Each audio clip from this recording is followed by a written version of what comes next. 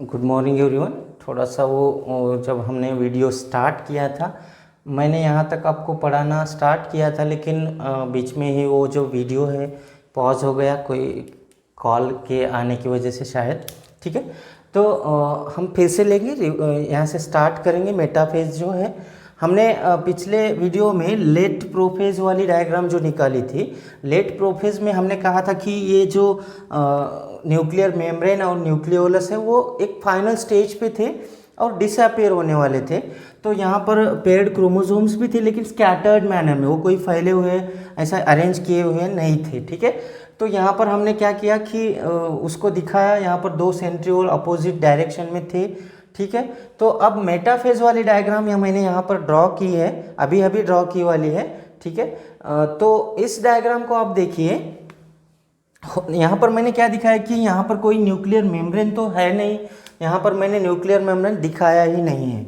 तो इसका मतलब क्या है कि यहाँ पर मेटाफेज के अंदर न्यूक्लियर मेम्ब्रेन एम जो लिखा है मैंने, nuclear membrane and nucleolus gets completely disappeared. हमने कहा कि यहाँ पर कंप्लीटली वो अब डिसअपियर हो चुका है। तो ये तो हो गया न्यूक्लियर मेम्ब्रेन और न्यूक्लियोलस के बारे में। तो हमने अब नेक्स्ट जो यहाँ पर जो पॉइंट हमने बताया था आपको, अभी हम एक्चुअली ये अभी अभी पढ़ाया था, लेकिन वो वीडियो जो है पॉज होने की वजह से हमने रिपीट लेना पड़ा है। ठीक है, तो हम क्या कर रहे हैं, फिर से डिस्क्राइब कर रहा हूँ मैं आपको, ताकि वीडियो जो है स्टार्ट से आपको मिले। तो स्टार्ट यहीं से है। ये जो लेट प्रोफेज वाली डायग्राम आपके सामने है और ये मेटाफेज वाली डायग्राम भी आपके सामने है। फर्स्ट पॉइंट में मैंने यहाँ पर आपको दिखाया है कि न्यूक्लियर मेम्ब्रेन और न्यूक्लियोलस कोई भी यहाँ पर दिख नहीं रहा है, यानी कि वो कम्प्लीटली डिसअपियर हो चुका है। तो फर्स्ट पॉइंट जो मेटाफेज में आपको लिखना है, तो ये वाला लिखना है।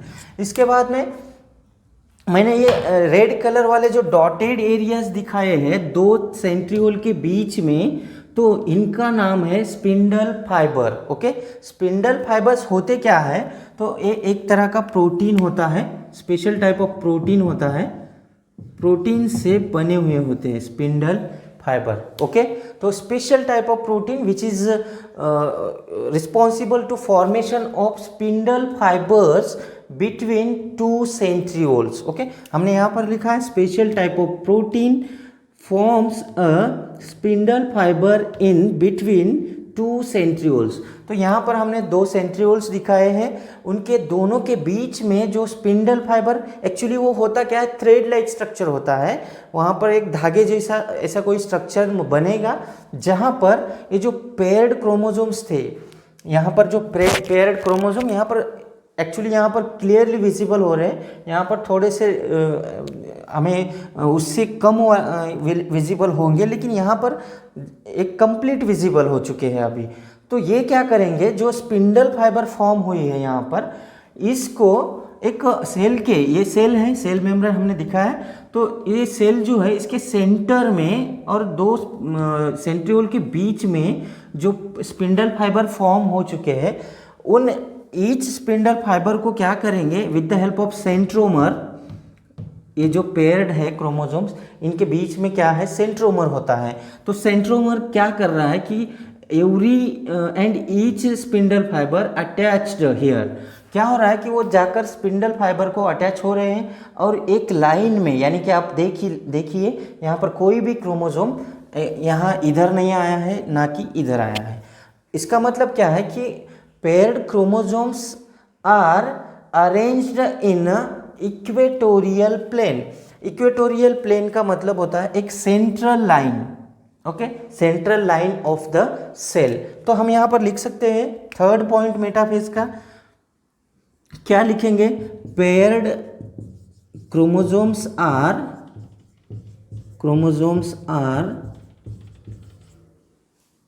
arranged in इक्वेटोरियल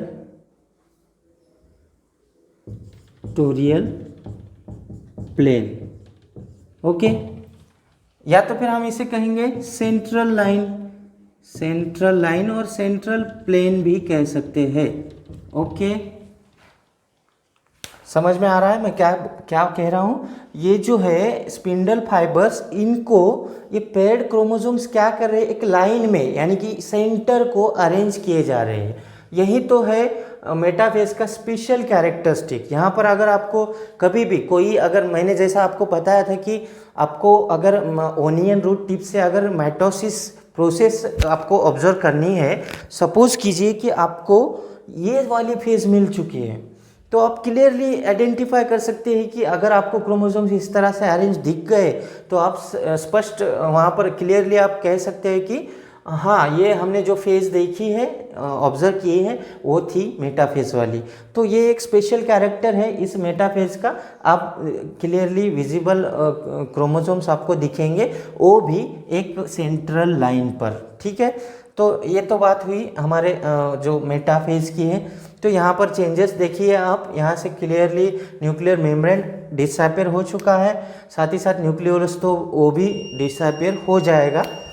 साथ ही ये जो दो सेंट्रियोल थे अपोजिट डायरेक्शन में तो है, और यहाँ पर क्या हुआ, इन दोनों के बीच में एक स्पेशल टाइप का प्रोटीन जो है एक धागे जैसा स्ट्रक्चर बनाया, उसका नाम है स्पिंडल फाइबर्स।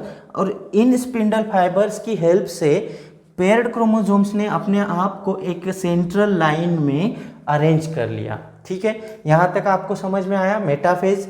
तो अब बात करते हैं हम एनाफेज वाली। और इस डस्ट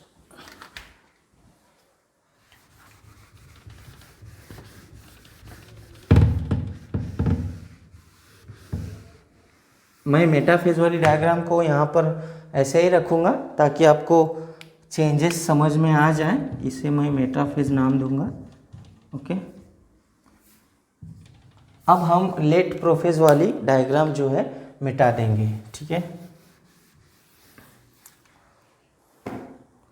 यहाँ पर फिर से मैंने एक सेल ड्रॉ की,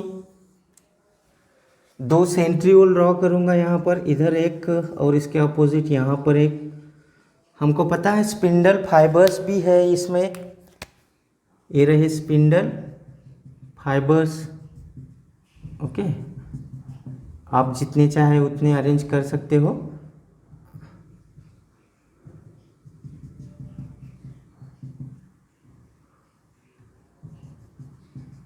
इस तरह से। ठीक है, अब देखिए एनाफेज में क्या होगा।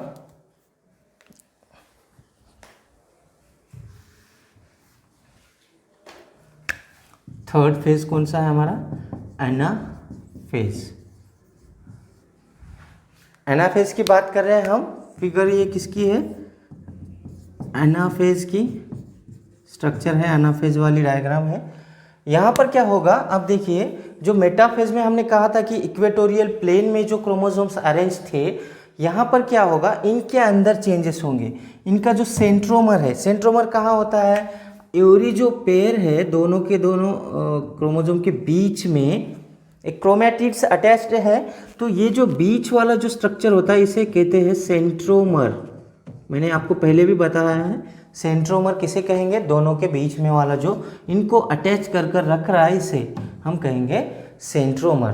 तो पहले तो क्या होगा कि सेंट्रोमर का यहाँ पर डिवीजन होगा, यानी स्प्लिट होगा। सेंट्रोमर पहले क्या करेगा, स्प्लिट होगा इसका, किसका, सेंट्रोमर स्प्लिट्स इनटू 2। समझ गए, पहले क्या हुआ, यहाँ पर स्प्लिट हुआ। कौन स्प्लिट हुआ, सेंट्रोमर, यानी एक था, अब कितने हुए, 2 हुए। 2 होने की वजह से क्या हुआ, अब देखिए यहाँ पर हम लिखेंगे फर्स्ट पॉइंट, एनाफेज का first point. In anaphase centromere splits into 2 and each chromatid get separated। Okay, अब हमने कहा कि ईच क्रोमैटिड जो है सेपरेट हो चुके हैं। सेपरेट होना मतलब यहाँ पर सपोज कीजिए ये क्रोमोसोम था, पेयर्ड क्रोमोसोम, और हमने कहा कि ये स्प्लिट हुआ है, इससे दो बन चुके हैं, तो क्या करेगा, ये क्रोमेटिड इधर आ जाएगा, राइट, और ये वाला जो है इधर आ जाएगा। ये एक क्रोमेटिड, ये एक क्रोमेटिड। अब इसे कहेंगे सिंगल क्रोमोसोम। इसे क्या कहेंगे हम, सिंगल क्रोमोसोम। Single chromosome. ये क्या हुआ यहाँ पर कि सेंट्रोमर की स्प्लिटिंग की वजह से ऐसा स्ट्रक्चर बन चुका है। ठीक है, 1 मिनट। हाँ, तो इस तरह से जो है सेपरेट आउट हो चुके हैं दो क्रोमेटिड्स, और हम इन्हें सिंगल ही बोल रहे हैं, सिंगल क्रोमोसोम। तो इसकी वजह से क्या हुआ, तो यहाँ पर जो स्प्लिटिंग हुई थी किसकी, सेंट्रोमर की, उस वजह से ये जो क्रोमोसोम्स है दोनों के दोनों, ये क्या करेंगे, इस तरह से अपोजिट डायरेक्शन में अब मूव करना स्टार्ट कर देंगे। यहाँ पर इस तरह से मूव कर रहे हैं, इस तरह से। ओके, आप समझ रहे हैं इस बात को। तो इस तरह से ये इधर वाले जो है इधर मूव कर रहे हैं और इधर वाले इधर मूव कर रहे हैं, यानी दोनों के दोनों अपोजिट पोल को जा रहे हैं। तो अपोजिट पोल यानी इस सेंट्रियोल की ओर ये सारे क्रोमोसोम आ जाएंगे, और इधर वाले सेंट्रियोल, इसको हम थोड़ा सा इस तरह से दिखाएंगे ताकि आप समझ सके कि मूव हो रहे हो। ठीक है, इसको भी थोड़ा सा इस तरह से दिखाएंगे। ठीक है, आप समझ में आ रहा है। तो ये देखिए डायरेक्शन इनका दोनों तरफ है और मूव कर रहे हैं। अब हम इसे कहेंगे अर्ली एनाफेज। लेट एनाफेज में क्या होगा, जब तक एनाफेज कंप्लीट होगा उसे हम कहेंगे लेट एनाफेज। तब क्या होगा, ये जो बंच, ये जो क्रोमोसोम्स है यहाँ तक आ जाएंगे, और यहाँ तक आने के बाद हम अभी अर्ली एनाफेज वाले क्रोमोसोम्स निकाल देंगे। ठीक है, आपको समझ में आया। यहाँ पर स्टार्ट हो चुके हैं, मूव करना स्टार्ट कर दिए। हम यहाँ पर पॉइंट भी ले लेंगे। After splitting of centromer, each single chromosome moves towards the opposite pole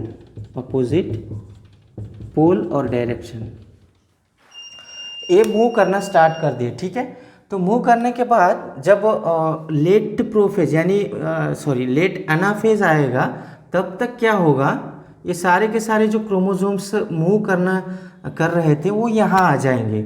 यहाँ पर आ गए, इस तरह से सब के सब यहाँ आकर इकट्ठा हो जाएंगे इस तरह से। ओके, ऐसे इस तरह से, और यहाँ पर भी हो जाएंगे इकट्ठा अपोजिट पोल में। ठीक है, ऐसे यहाँ पर एक क्रोमोसोम आ जाएगा, यहाँ पर भी आएगा, इस तरह से। हम क्या देख रहे हैं अभी कि ये जो क्रोमोसोम्स है एंड को आ चुके हैं, एंड को यानी पोल्स को आ चुके हैं, अपोजिट पोल को। हम इनको अभी डिसअपेयर नहीं करेंगे, हम अगली स्टेज में डिसअपेयर हो गई है। ओके, तो इस तरह से वो क्या एक एंड को यानी अपोजिट पोल को आ रहे हैं। अभी हम यहाँ कुछ ड्रॉ नहीं करेंगे, बस आप समझ लीजिए इस तरह से आए हैं। तो ये स्ट्रक्चर हमें कैसा लग रहा है कि एक बनाना लाइक स्ट्रक्चर, बनाना का जो बंच होता है, वो बनाना वाला बंच जो होता है डजन वाला, उसमें ज़्यादा से ज़्यादा बनाना होते हैं, उस तरह का स्ट्रक्चर हमें दिख रहा है। तो after reaching to the each pole, they look like a bunch of banana. Okay, bunch like of बनाना, उस तरह से हमें स्ट्रक्चर में दिखाई देंगे। तो आपको सीधा सीधा यहाँ पर समझ में आ चुका है कि जब स्टार्ट हुआ था एनाफेज तब क्या हुआ, ये स्प्लिट हुआ था सेंट्रोमर, उसके बाद क्या हुआ, ये सिंगल क्रोमोसोम्स ईच पोल को मूव करना स्टार्ट कर दिए। जब स्प्लिटिंग के बाद जब मूव कर रहे थे तब क्या अपोजिट पोल को जा चुके हैं, वो सारे के सारे जाने के बाद क्या हुआ, जब एक जगह इकट्ठा हो गए तब क्या हुआ, उनका स्ट्रक्चर बनाना की तरह एक बंच लाइक दिख रहा था। तो इस तरह से इस एनाफेज में चेंजेस होने को दिख रहे हैं। तो अभी जो है अब क्या होगा एनाफेज के अंदर,